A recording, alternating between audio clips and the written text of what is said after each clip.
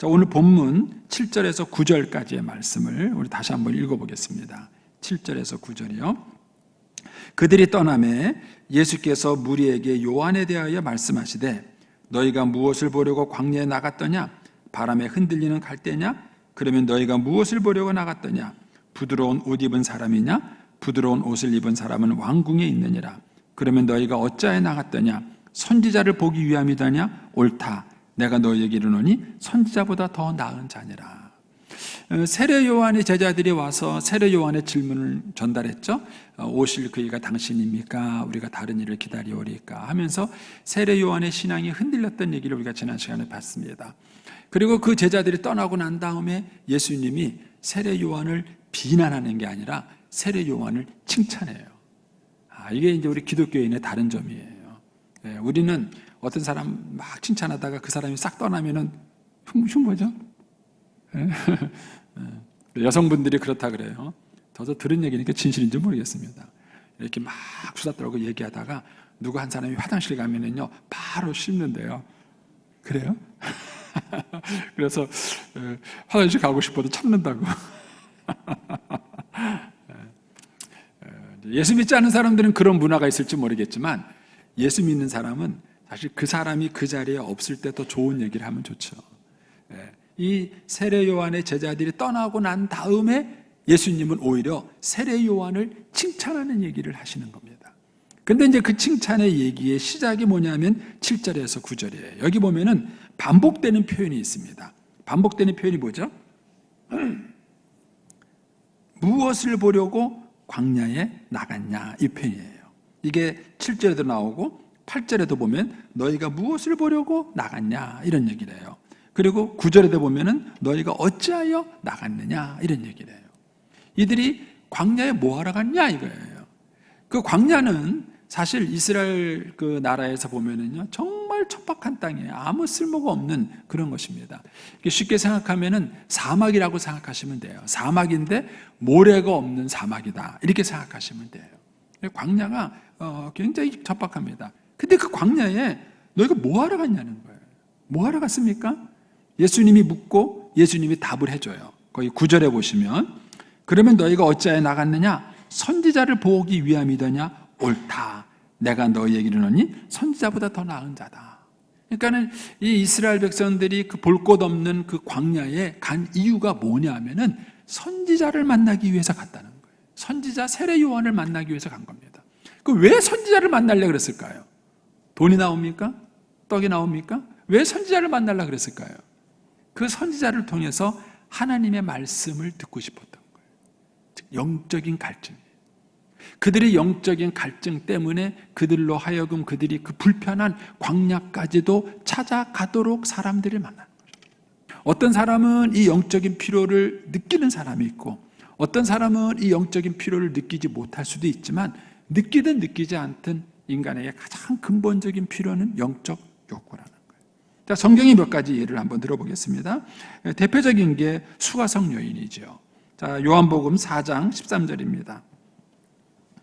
예수께서 대답하여 이르시되 이 물을 마시는 자마다 다시 목마르려니와 내가 주는 물을 마시는 자는 영원히 목마르지 아니하느니 내가 주는 물은 그 속에 영생하도록 솟아나는 샘물이 되리라. 우리가 잘 아는 것처럼 이 수가성 여인은 5번 결혼을 한 여자예요. 그런데 뭔가 갈증이 채워지지 않았기 때문에 여러 번 결혼을 하게 된 것이죠. 근데 이 여인은 자기의 갈증이 채워지지 않는 이유가 남편에게 있다고 생각한 거예요. 부부관계에 있다고 생각을 한 것입니다. 그런데 예수님은 진단을 다르게 하신 거예요. 너의 진정한 갈증은 뭐냐? 영적인 갈증이라는 거예요. 네가 그 영적인 갈증을 채우기 전에는 무엇을 마시더라도 또 목마름이 거기서 온다는 거예요. 저는 이제 가정사역을 했었기 때문에 이것을 하다 보면은 정말 이 말이 진리라는 걸 느껴요.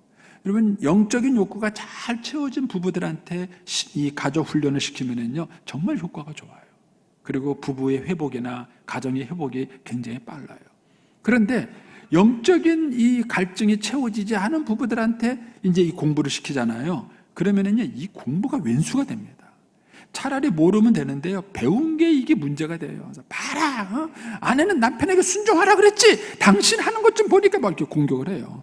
아내는 또 가만히 있습니까? 남편은 뭐라 그랬어? 남편은 사랑하라 그랬어, 안 그랬어?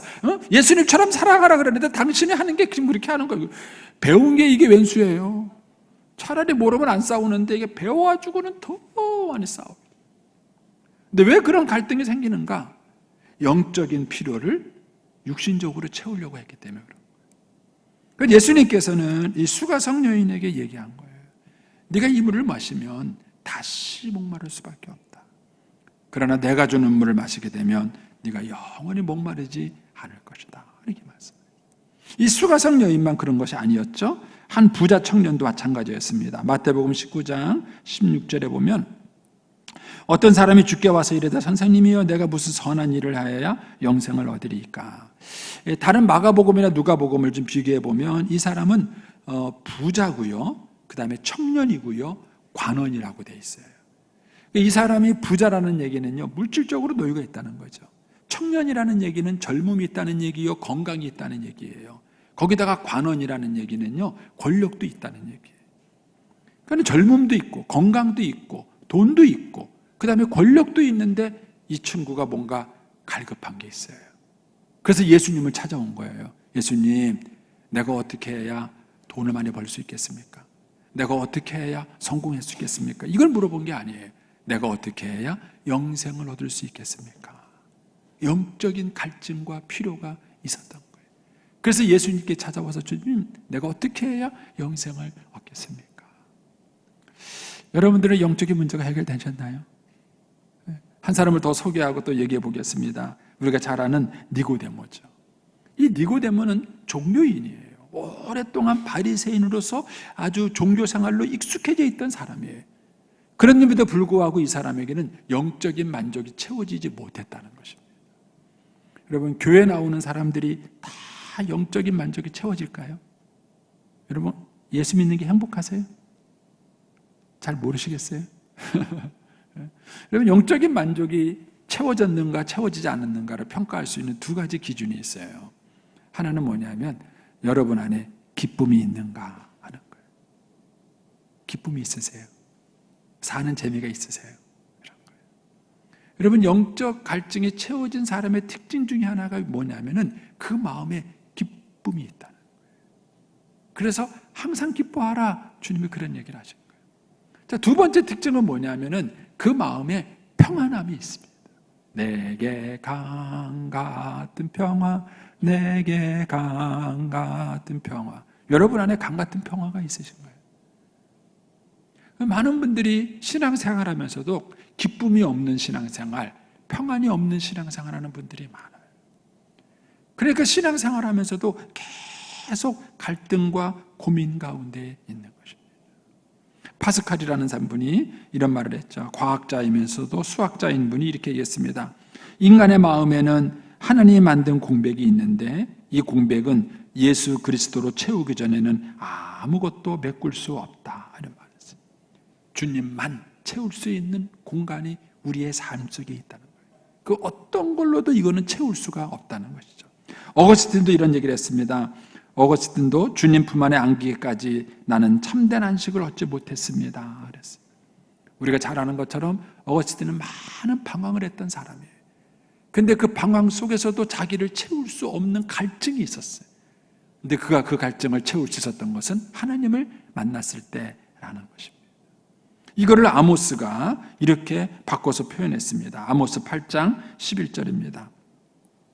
주 여호와의 말씀이니라. 보라, 날이 이를지라 내가 기근을 땅에 보내리니 양식이 없어 주림이 아니며 물이 없어 가람이 아니요 여호와의 말씀을 듣지 못한 기갈이라.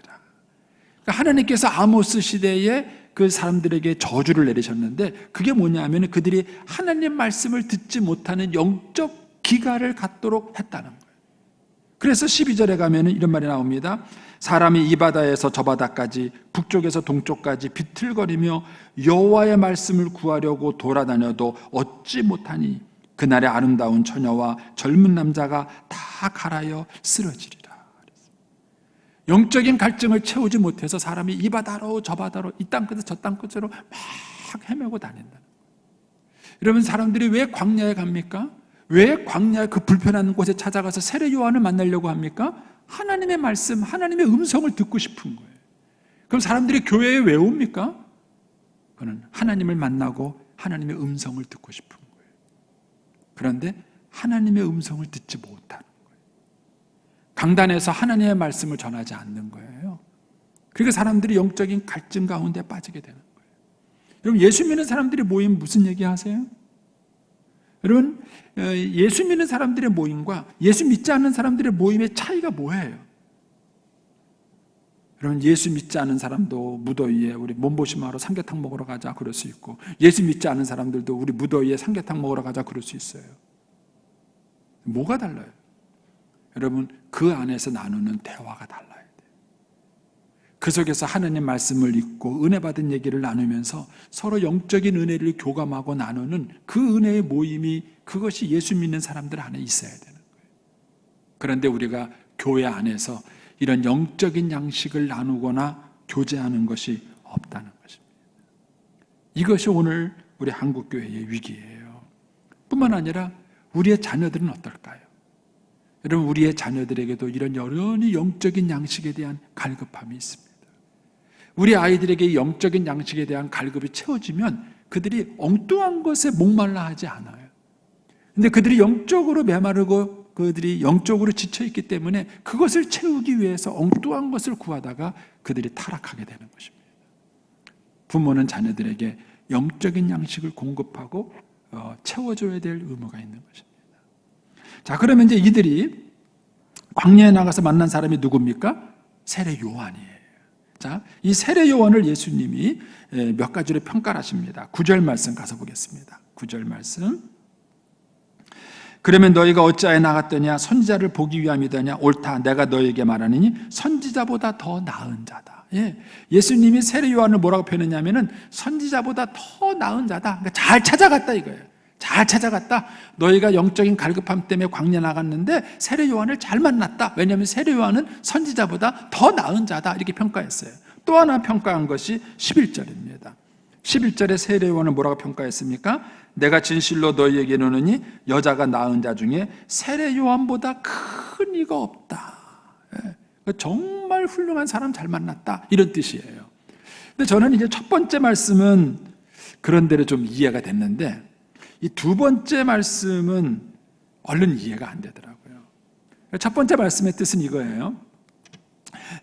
구약 성경의 그 핵심의 메시지는 뭐냐면 하나님께서 메시아를 보내주신다는 거예요.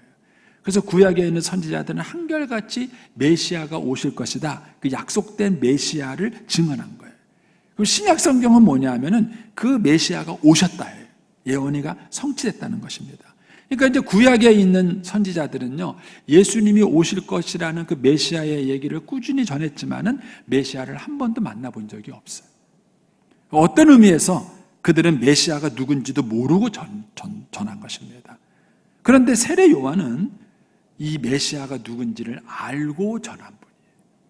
그런 면에서 구약의 선지자와 이 세례 요한은 차이가 있습니다. 그래서 이렇게 말한 거예요. 구약에 있는 그 어떤 선지자보다도 세례 요한이 크다, 이 얘기를 한 것입니다. 그 말은 이제 그런 의미예요. 자, 그런데 세례 요한이 여자가 낳은 자 중에서 가장 큰 자라는 건 무슨 뜻일까 하는 거예요.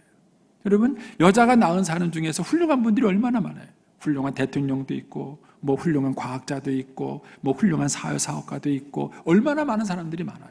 그런데 왜 예수님께서는 그 어떤 사람보다도 세례 요한이 큰 자다라고 얘기했을까라는 거예요. 이 부분이 얼뜻 놔서 이해가 되지 않더라고요. 그래서 제가 이제 뭐 이제 이런 것, 이런저런 막 이렇게 말씀을 보다가 제가 하나님께 받은 은혜가 있습니다. 이제 그걸 좀 여러분하고 좀 나누려고 해요. 여러분, 왜 예수님께서는 세례 요한을 가장 여자가 낳은 중에서 큰 자다라고 말했냐면은 예수님의 길을 예비하는 자이기 때문입니다. 왜 그랬는가? 여러분 보세요. 우리 사회가 갖고 있는 여러 가지 문제 중에 하나가 빈부격차입니다.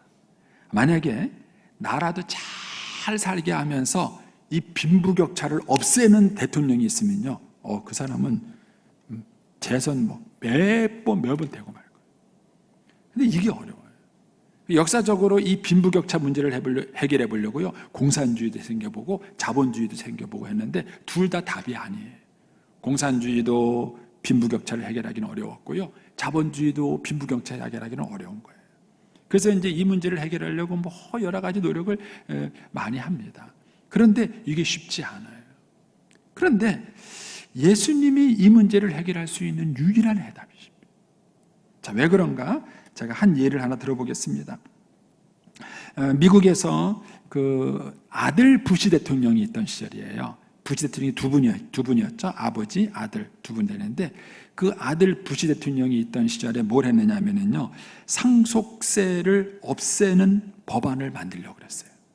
왜 그 법안을 만들려고 했느냐면은 이게 이제 이번에도 우리나라 삼성 기업 때문에 그런 갈등이 있었지만, 이렇게 이제 그 기업이 크고 나면은요, 그 재산을 누구한테 물려줍니까?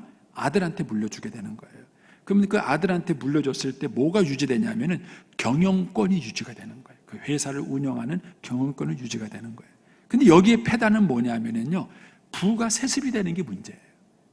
그러니까 이제 이것을 정리하기 위해서 상속세라는 게 생긴 겁니다. 그 상속세를 통해서 아버지의 부를 아들이 그대로 세습하지 못하도록 그렇게 상속세를 만든 거예요.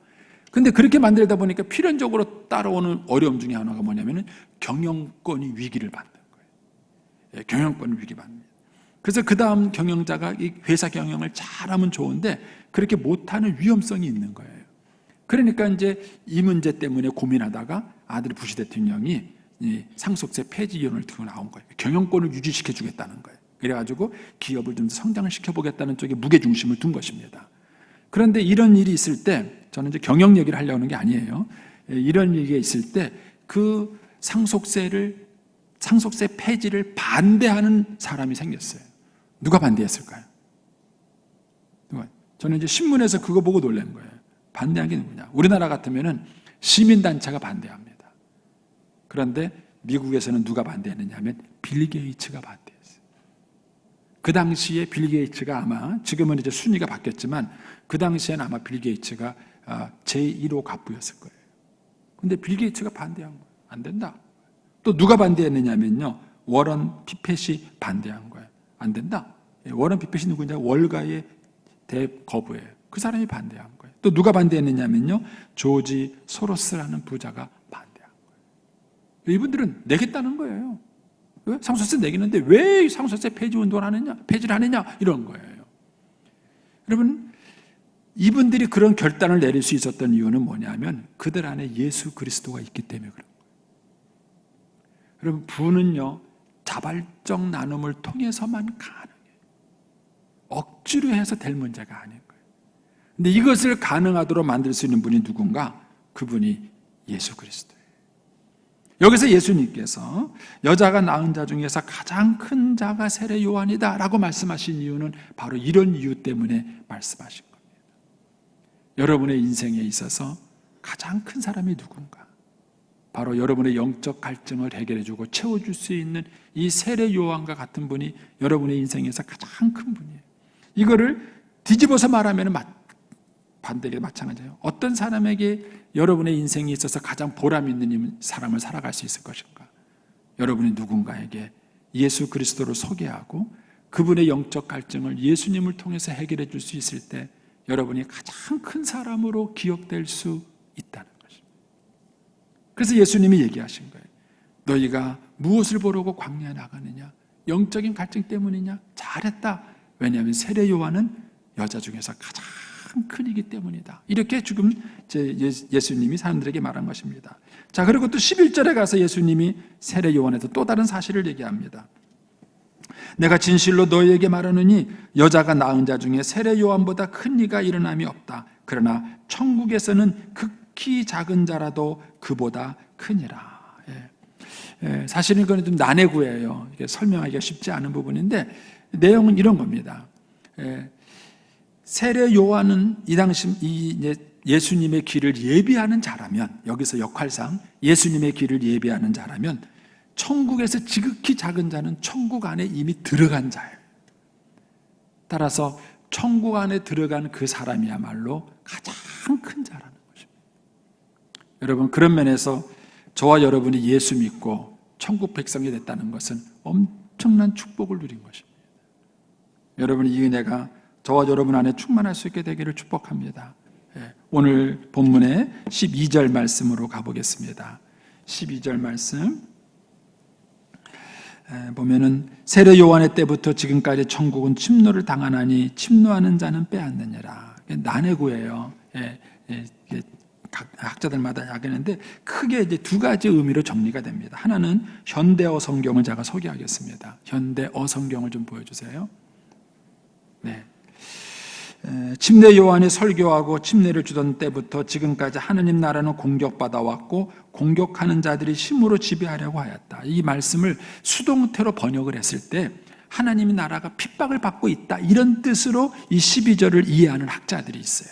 이런 학자들도 꽤 다수가 됩니다. 그런데 또 다른 학자들은 이 12절 말씀을 중간태라는 말이 있습니다. 그 수동태와 능동태의 중간을 중간태라 그러는데 이 단어를 중간태로 번역할 수도 있어요. 그 중간태로 번역하는 분들은 이 메시지 성경으로 제가 소개하겠습니다. 이 메시지 성경은 좀 공인된 번역보다는 개인 사역으로 이렇게 그 유진 피터스라는 분이 번역을 했는데 이렇게 말했습니다. 오랫동안 사람들은 스스로 하나님 나라에 들어가려고 애써왔다. 그러나 예언자들의 책과 하나님의 율법을 자세히 읽어보면 알겠지만 그 모든 것이 요한에서 절정에 이르렀고 요한과 협력하여 천국의 메시아를 위한 길을 예비하고 있다, 이렇게 말해요. 즉 세례 요한 이후로 사람들이 천국에 들어가려고 열정을 내고 있다는 뜻이에요. 이렇게 해석하는 학자들도 다수가 있어요. 저는 후자입니다. 왜냐하면은 누가복음 16장 16절이 여기에 대한 이제 도움을 줘요. 누가복음 16장 16절은 이 말씀을 이렇게 말합니다. 율법과 선지자는 요한의 때까지요, 그 후부터는 하나님 나라의 복음이 전파되어 사람마다 그리로 침입하느니라. 복음이 전파된 이후로 이 영적 갈증을 채우기 위해서 하나님 앞에 적극적으로 나와서 한 사람들이 있어요. 그 사람들은 계속해서 예수 그리스도를 만날 것이고, 그리고 그 안에 영적 갈증을 채워주면서 삶의 행복을 누릴 거라는 겁니다. 사랑하는 성도 여러분, 코로나가 우리 시대의 문제라고 생각하십니까? 저는 생각이 다릅니다. 코로나가 우리 시대에 지금 어려움을 주는 것만큼은 사실이에요. 그러나 우리는 코로나 때문에 불행한 것이 아닙니다. 코로나 때문에 불행한 것이 아니에요. 여러분 생각해 보세요. 만약에 하나님이 내 안에 계시고 그분이 내 안에 주시는 기쁨과 평강이 충만하다면 코로나의 두려움이 우리를 넘어서지는 못합니다. 저는 여러분들이 이 어려운 때에 영적인 갈증에 더 집중할 수 있게 되기를 축복합니다. 어쩌면 우리의 삶에 힘든가 어려우면은 여러분 안에 정말 말 그대로 샘솟는 기쁨, 강 같은 평화가 없어서 그래요. 그 샘솟는 기쁨, 그 강 같은 평화가 어디서부터 생깁니까? 돈 벌어야 됩니까? 코로나 없어지면 생길까요? 아니에요. 저와 여러분 안에 있는 영적인 기쁨, 그 샘솟는 기쁨, 그 강 같은 평화는 여러분들이 살아계신 하나님의 말씀을 들을 때예요. 살아계신 하나님의 음성을 들을 때예요. 그리고 그분으로부터 오는 영적 만족과 충만함이 여러분 안에 있을 때에 여러분에게 이 기쁨이 임할 줄로 저는 믿습니다. 13절부터 19절까지 내용은 다음번에 제가 설교하겠습니다. 건너뛸지도 모르고요. 그래서 여러분 오늘 여러분의 안에 진정한 기쁨, 예수 그리스도를 통해서 하나님의 음성을 듣고 그것이 여러분 안에 영적 만족의 충만한 은혜가 될 수 있게 되기를 축복합니다.